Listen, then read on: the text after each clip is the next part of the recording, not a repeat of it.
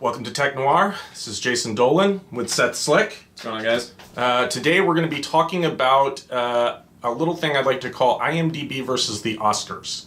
So, what is IMDB versus the Oscars? Well, every year, the Academy Awards, they deem a movie the best picture of the year.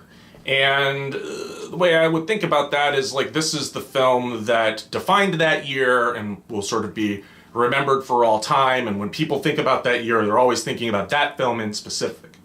But one thing I've noticed is that when I often think of a film that defines that year, it's not really ever the movie that won Best Picture. It's a completely different film. So I went through looking at a lot of different lists, like the AFI lists, some critics lists, but I decided to settle on IMDb's Top 250 specifically because these are film fans like you, myself, probably the people that are watching this, who seek out IMDb, they create accounts, and they rate the movies. And after hundreds of thousands of ratings, certain films kind of rise to the top. And what was interesting is I went down and I made a list of every movie that won Best Picture, and then I made a list of whatever the top rated scoring film for that specific year was, and compared them. So we're going to start with the 90s. The reason why we're going to be doing, each episode is going to be a different decade. This decade is the 90s. There's this great book called Easy Rider's Raging Bulls, which if you've not read... Excellent book. Gotta read it. It's fantastic. It's all about the transition of the studio system to the auteur system from the 60s to the 70s, the rise of Spielberg, Scorsese, Coppola, Lucas. When I was first given this book to read, about 20 years ago, they were like, start with the Star Wars chapter, because that's what you're going to be most familiar with, and then go back and start the book from the beginning and read forward. But the Star Wars chapter will really jumpstart you. So that's what we're doing with IMDb versus the Oscars. We're starting with the 90s. This is a decade of films that I'm sure all of you guys are super familiar with. We've definitely seen all these movies, the movies that won Best Picture and the #1 movies. What's really fascinating is that out of this whole period, only 14 times is the #1 movie on IMDb, the highest rated movie for that year, and the movie that won Best Picture, do they correlate? Right. Only 14 times out of 86 possibilities.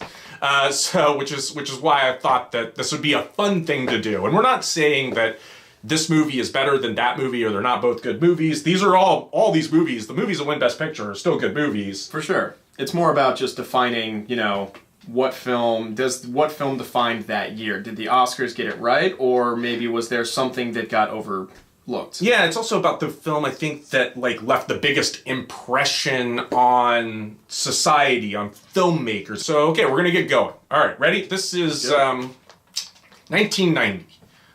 Do you remember? I'm asking the audience here. Yeah. Do you remember what won Best Picture? Do you remember, Seth? We have it right here in front of us. We do. It's like 90 was Dances with Wolves. Exactly. Dances with Wolves. An incredible film. Kevin Costner. And it is a beautiful, beautiful film. Sure, totally. However, there is another film that year, and that's Goodfellas. Martin Scorsese's epic following Henry Hill and that crime organization, Pittsburgh Connection, the tracking shot into the basement, the swingers repeated, Menace to Society repeated, and are you funny? It's like, am I funny? It made Joe Pesci won the Oscar. To me, Goodfellas, and when I talk to people, they're just like, man, I can't believe Scorsese didn't win for Goodfellas. I mean, it had already been 15 years. So, yeah. He didn't win for Taxi Driver. He didn't win for Mean Streets. He didn't win for Raging Bull. It was like, Goodfellas, Scorsese's finally going to win. But little did we know it was going to take another 15 years for him to win an Oscar. For sure. And not to take away, Dances with Wolves is an excellent film. It's got amazing scope. It's got fantastic performances all throughout. But when you look at the grand scheme of things, how many people today, when you're talking to somebody, when you're talking about film, you go, oh yeah, well, you quote one line from Goodfellas, boom, you have a dialogue with somebody. Right. Goodfellas is ranked 17th all time. Yep. on the IMDb top 250. Dances with Wolves is ranked 317. Not even in the top 250. You had to go searching for it. I had to do that. That was one of the first ones. I had to go into the top 500. And 317, look, if you made the 317th best film of all time, it's probably a pretty damn good movie. Sure. But the 17th best film of all... I mean, Goodfellas is, like, you have to think is one of the... It would be in the top 25 of all time. Easy. So we're I think Seth and I are going to go ahead and pretty much unanimously agree that Goodfellas should have won Best Picture. Yeah, for sure. All right. So that's 1990. Now we're going to move on to 1991. Do you remember what won Best Picture? That was Silence of the Lambs. Silence of the Lambs. I mean, what an incredible film that was. Brought back Anthony Hopkins' career. Because at that point, he'd actually, more or less... He had, he was huge in the 60s, huge in the 70s, and then he kind of like... Was he really huge in the 60s and 70s? Here's the thing with Anthony Hopkins. I don't ever remember Anthony Hopkins. I didn't know who he was. Okay. And I was, I was whatever, I was in my teens. And so, I don't know, like, what big movie did he do? Now, what I do know is that his first movie ever was The Lion and Winter. That was okay. There we go. I was about to say, it's like we can always start at the beginning. Yeah, I know that because I for a time in my life I worked for the producer of The Lion and Winter, Martin Pohl, and so I remember that was one of the little nuggets there. It's like he put him in his first movie. That was pretty cool. Good job, Marty. But yeah, I mean I know he was in The Bounty, right, with Mel Gibson. Yeah, he was in The Elephant Man. But I didn't know who he was. Like, I knew these movies, but I didn't know... It wasn't like Tom Cruise or Al Pacino or Robert De Niro. He was... Well, I guess the question there would be, was that more to do with his performance, his ability as an actor, or was that to do just with the way that system was set up at the time? I just think it's like getting the right part. I think every actor, it's about, like, the part makes you. It's like Brad Pitt was in a series of god-awful TV movies and TV show appearances, and it's a really great episode of 21 Jump Street, where it's like Brad Pitt and Johnny Depp are in this episode, and it's like, holy crap, except there's never a shot where they're in the same shot with each other. It was like almost too pretty. It would have broken the camera.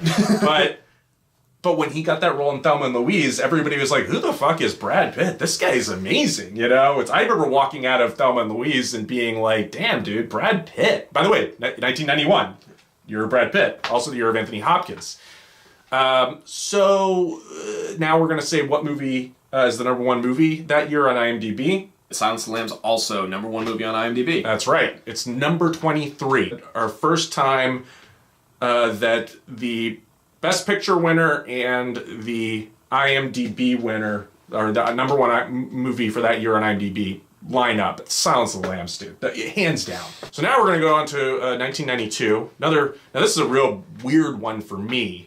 Little controversial, but the winner of Best Picture, as you remember, was... That was Unforgiven. Right. That year. Yep. Incredible Western. Love letter to the Sergio Leone films that Eastwood did in the 60s. It's definitely one of the most influential films for me. That's why this year is a little different. This is not going to be one of our sames. This is definitely... there is a higher rated movie on IMDb, but that film is a very, very important film.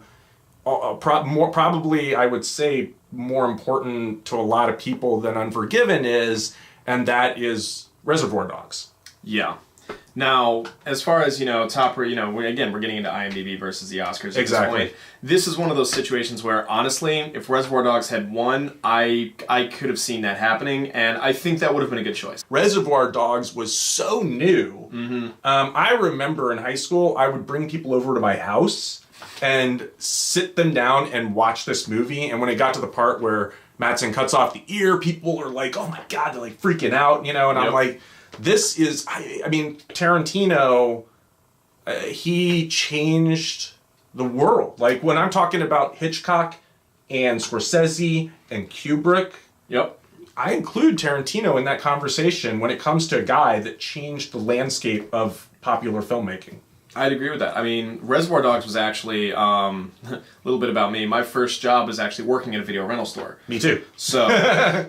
Which is probably why we're doing this. You could say. So what was interesting about Reservoir Dogs was that was my introduction to filmmaking outside of what my parents would take me to see as a kid. Because when the first day I started that job, one of the guys that worked there said, "Okay, I've got 3 movies you have to watch." Right. And he gave me Reservoir Dogs, Pulp Fiction, and Fight Club. Yeah. Those were the 3 that he was like, "You need to watch all 3 of these." Like I finished my first shift, he gave all 3 of them to me. He's like, "You need to go home and watch these.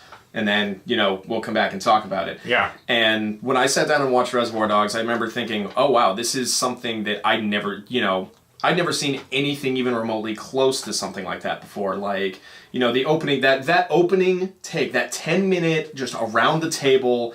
And what are they talking about? They're talking about nothing, but it's, they're talking about tipping. They're talking about, the dialogue. The dialogue. It's like he took sort of mundane bullshit conversation and made it so fucking interesting. It actually brought me back to like the scene in Jaws where Shaw's talking about the USS Indianapolis and they're just telling stories. Yeah. And that's like, written by John Milius, that scene in Jaws, that monologue. I mean, boy, like it was so fast. That was more exciting than the shark stuff. Definitely. And that's what Tarantino did. He made conversation more exciting than something you'd see in a Transformers movie, all this CGI action. Like, I'd rather watch Tarantino dialogue than the best visual effects that industry has to offer.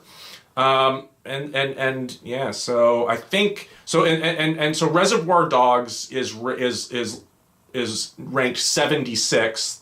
Unforgiven is ranked 114th. So they're pretty close to each other. Yeah. There's actually some that are much closer, so this is definitely a coin flip.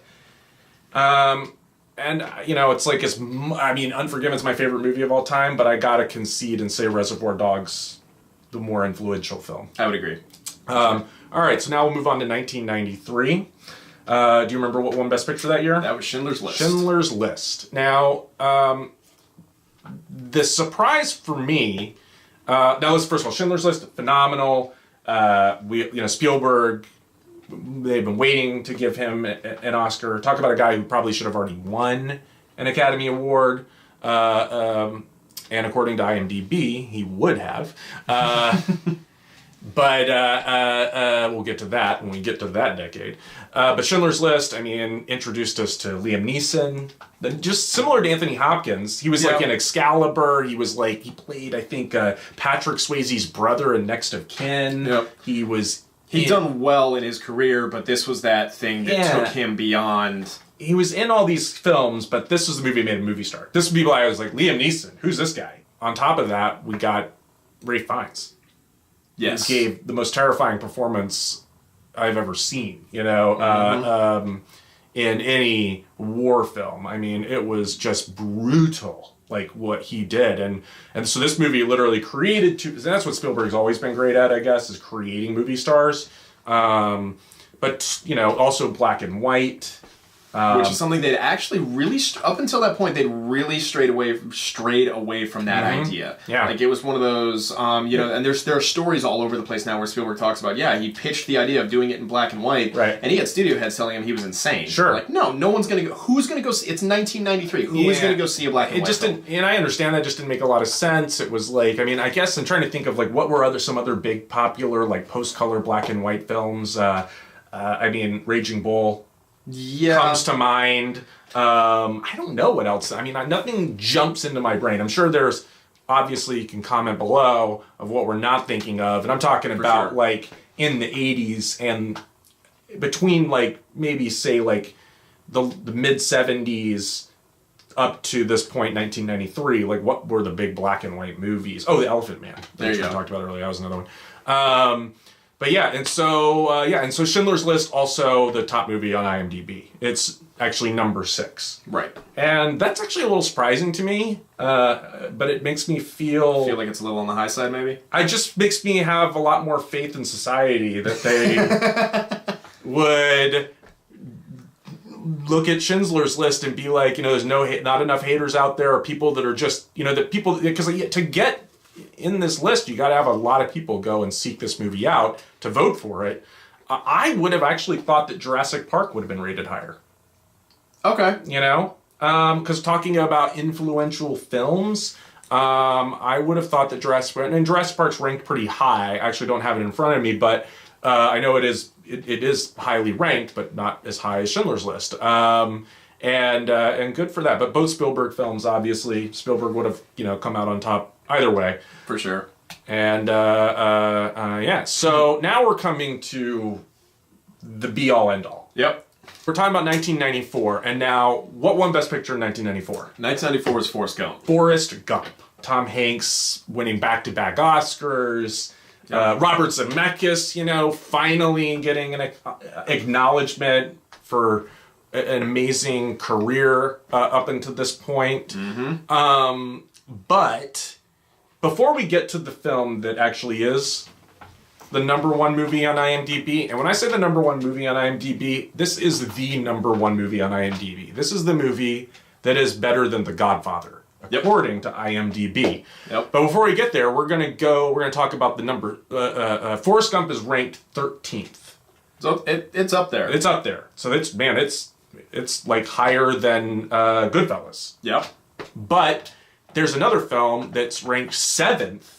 That's not the #1 film of the year, and that's Pulp Fiction, which we just talked about. Yep. And Pulp Fiction, who doesn't remember Pulp Fiction? And that movie gets referenced a million times as well. And Tarantino, Reservoir Dogs, you were saying, if Reservoir Dogs had won, that'd have been cool, but it didn't even get nominated. Not for screenplay, not for anything. For sure, which is understandable. Again, that was his first film. He was coming out of it. Nobody was really going to know Nobody knew who he was. It was so fresh and so new.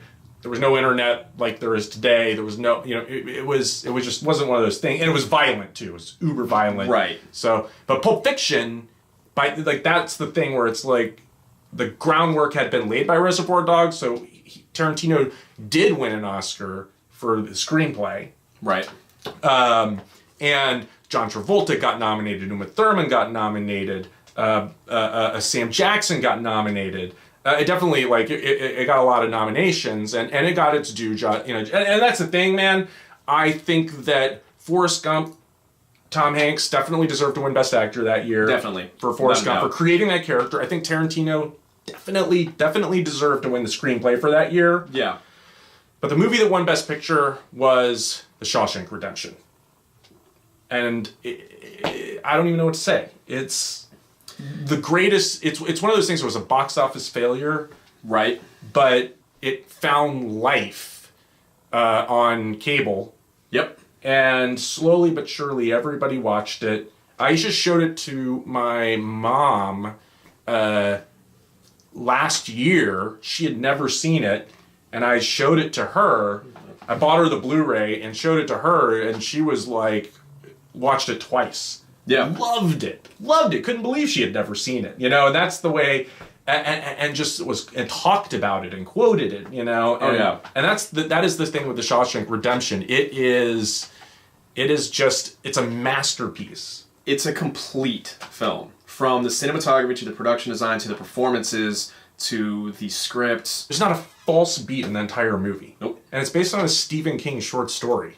Which is even crazier if you think about it. Oh, it's nuts, right? The guy, the horror guy? Yeah, exactly. We're talking like Carrie, Salem's Lot? Yeah, that guy. And what Spielberg, what Stephen King used to do, which is really fun, is he used to sell the rights to his short stories to filmmakers for $1. Yep. And Frank Darabont bought Rita Hayworth and The Shawshank Redemption, wrote this screenplay, and got this movie made, and it is the quintessential #1 movie of all time. Which is another reason why we chose to do the 90s first. Got to get the #1 movie of all time. Got to plug it in there. So, yes, Forrest Gump, amazing. Tom Hanks, incredible performance. Tarantino, amazing, incredible screenplay, but Shawshank Redemption should have won. And thank God it did get nominated. At least I think that helped a lot with its life after box office. For sure. All right. So now we're to 1995. This is a little crazy one. And you remember what won Best Picture that year? It was Braveheart. Braveheart. I remember specifically seeing all the trailers for Rob Roy. Liam Neeson. Yep. Tim Roth, and thinking, man, this looks good. This is going to be a good movie. And then I remember seeing the trailer for Mel Gibson's movie, and I remember being like, and he directed it, and I was like, I don't know about this movie. I don't know about Braveheart. Not sure about this. But I saw Rob Roy, and I was a little underwhelmed by it. I was like, yay. And then, I think they came out like a couple months apart at the very least. And actually, Braveheart, for me, I think it played for 6 months before I even went and saw it. But it was still playing, and it had made like $300 million. And I was like, all right, I'm going to go see Braveheart. It's still playing. I got to check. And it was incredible. It's phenomenal. And again, this was back when, Mel Gibson was, that crazy actor from Lethal Weapon. Nobody really knew him beyond. He had directed one movie called The Man Without a Face. This was his second movie that he had directed. And this is, I would probably say, our closest thing to like a close call that we've had. Yeah. This one's even closer for me than the Unforgiven Reservoir Dogs one. Because Braveheart is ranked 78th. Yep. On the list in the top 100. But the number one movie from 1995 is ranked 22nd, and that is Seven. Yep. Now, I mean, this movie changed the crime genre, I felt. Like, it turned it on its head. It was something, it was like the first time where, like, the bad guy wins. Yeah. But just even the opening title sequence of Seven, like that's been duplicated a million times. For sure. But at the same time, I'll actually I'll agree with the Oscars this year. Yeah. Because I think that while Seven, while being an excellent film, right, still to this day, when you hear that opening score, you hear like 3 notes from that Braveheart score, boom, you know where it's from. But here's the thing, and this is something we'll get into a little bit later. I think if you didn't have Braveheart being such a success that it was, I don't think you would have gotten Gladiator. No, that's 5 years later. Well, that's true. That's definitely true. Now, listen, but of course, the success of Braveheart and the financial windfall definitely, like, I think, did have that influence. But with Seven, it's like, it's like this is the film because remember, David Fincher was coming off Alien 3, which was a well-directed film. Definitely has some scary moments, but not a good Alien movie. I mean, I think, we're already talking about, like, making a sequel that pretends that movie never happened. It was so, without Seven, we wouldn't have gotten Fight Club. We wouldn't have gotten The Game. We wouldn't have gotten, without the success of Seven. Now, listen, these are both, obviously, phenomenal films. I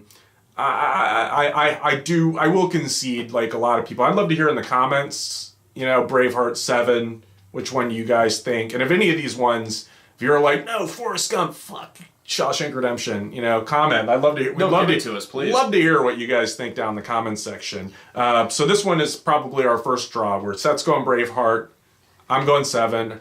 I'd say I'm in the minority, but IMDb would say I'm in the majority, so suck it. Okay. All right, now we're going to go to a super easy one. 1996. What won Best Picture in 96? 96 was The English Patient. An English Patient's a good film. It's a very good film. It's a beautiful film. It was cool to see Ralph Fiennes, who we were all fresh from Schindler's List, who had become a big star, and cool to see him in this big epic movie. And it was nice to kind of see him turn the villain off and be something we could actually relate to. Beautiful, beautiful, beautiful film. But the movie that should have won Best Picture was Fargo. Easy, hands down. Coen Brothers, baby. I mean, Blood Simple, Barton Fink, Miller's Crossing, Raising Arizona, Hudsucker Proxy. So, and when Fargo came, I was like sure that Fargo was going to win. I mean, I was sure that. I mean, it did win the screenplay. Yeah. Frances McDormand did win Best Actress. Yeah, but at the end of the day, when you're looking back at it, I mean, it was. I mean, they didn't ignore it completely. No, But Fargo, I mean, where's my English Patient TV series on Fox? On FX, I'm sorry, FX. No, I don't think so. Like Fargo has given us 2 of the greatest seasons of television that we've ever had. And if you've not seen... Oh, yeah, no. If you haven't seen Fargo seasons 1 and 2, please go out and find it. Oh my God, you got... Absolutely brilliant. This is one of those things where it's like, you just buy the series. You buy it because you're going to watch it a couple times. Like, oh yeah, totally. It is so worth it. So worth it. Fargo. I mean, there's a billion quotes from this movie, and all this for like a little bit of money, all these nuggets that stay with us. You get that, yeah, don't you know? I can't even tell you how many times I've turned on the TV in my life and Fargo's been on. I've never turned on the TV and English Patient's been on. So English Patient's a very good movie.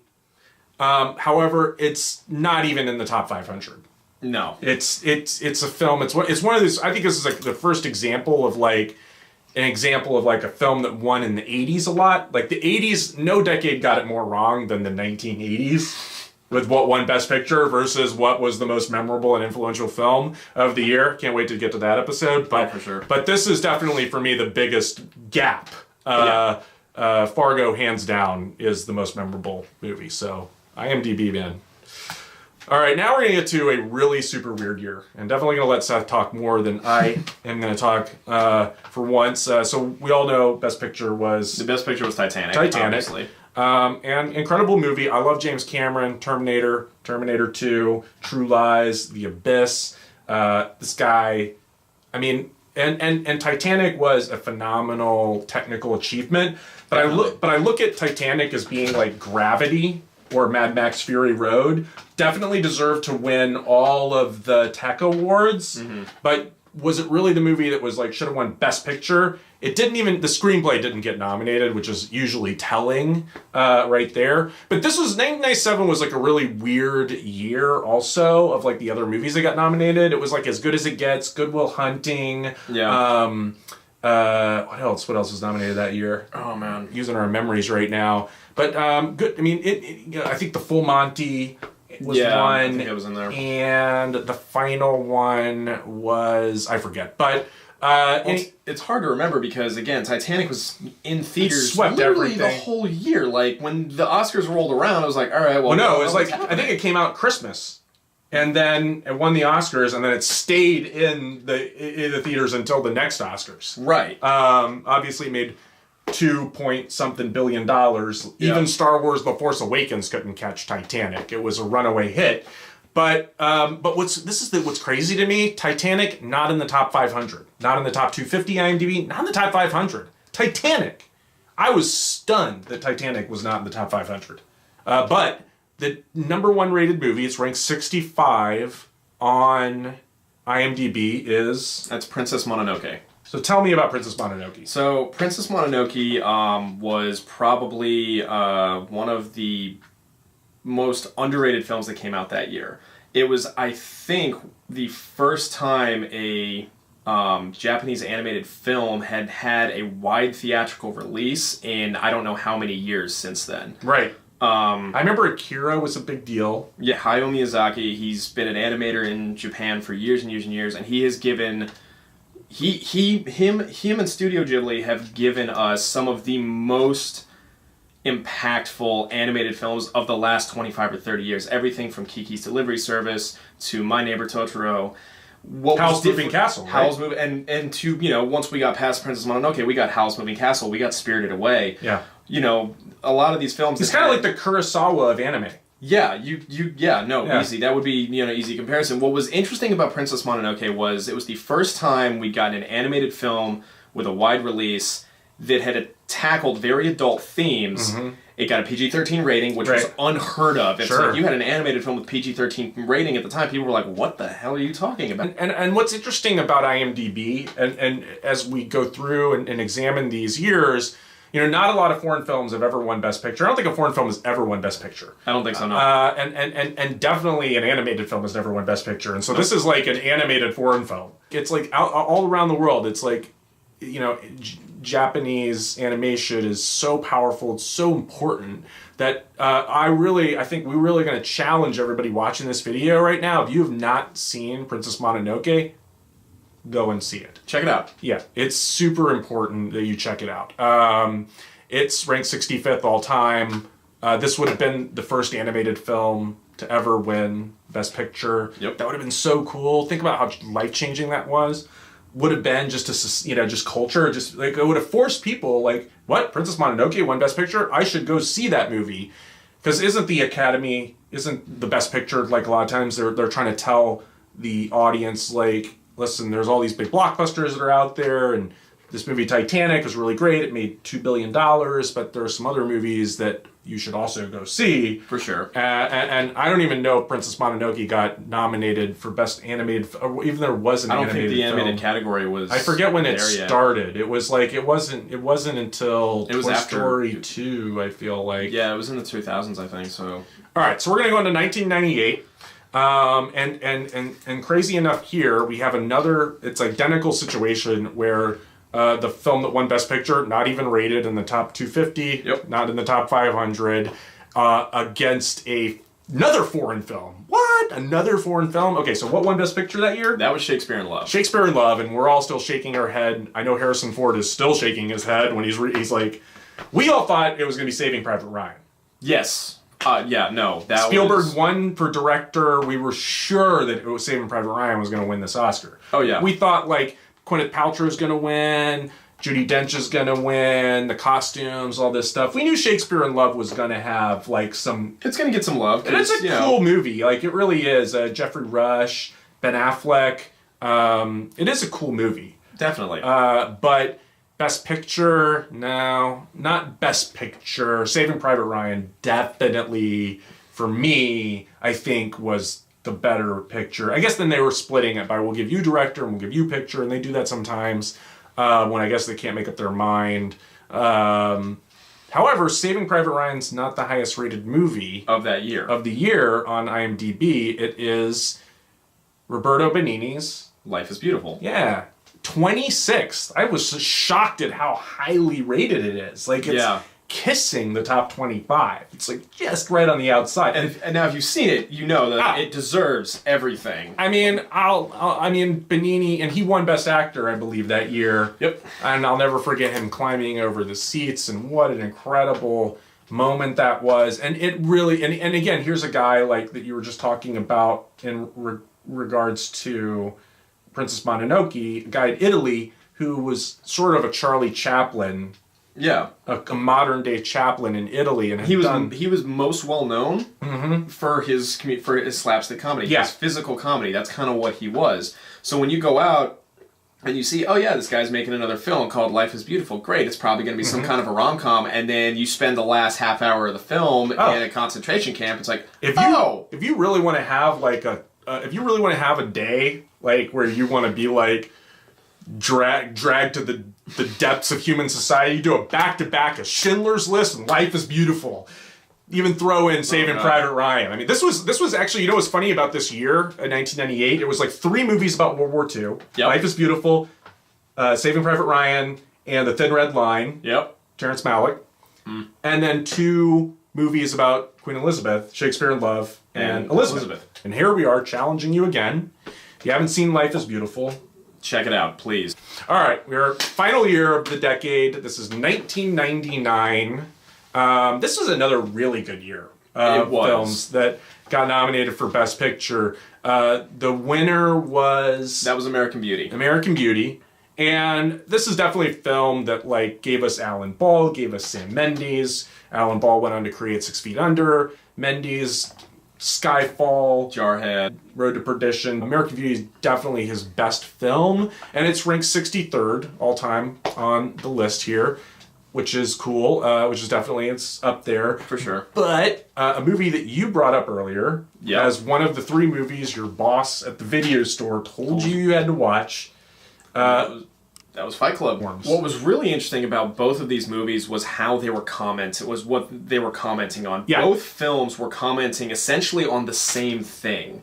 Because look at the 2 lead characters. Look at Edward Norton's character in Fight Club, and then look at Kevin Spacey's character in American Beauty. Okay. What do they have in common? They're both working an office job. They both hate it. Man, you're so right, dude. I just thought about that. It's like the same fucking scene in both movies where they quit their crazy jobs and they bribe their bosses into like getting like, that's fucking nuts, dude. And they kind of move on, which really tells you again where were we culturally at that time. Wow, that's right crazy, at the end of man. the 90s. Now here's the thing.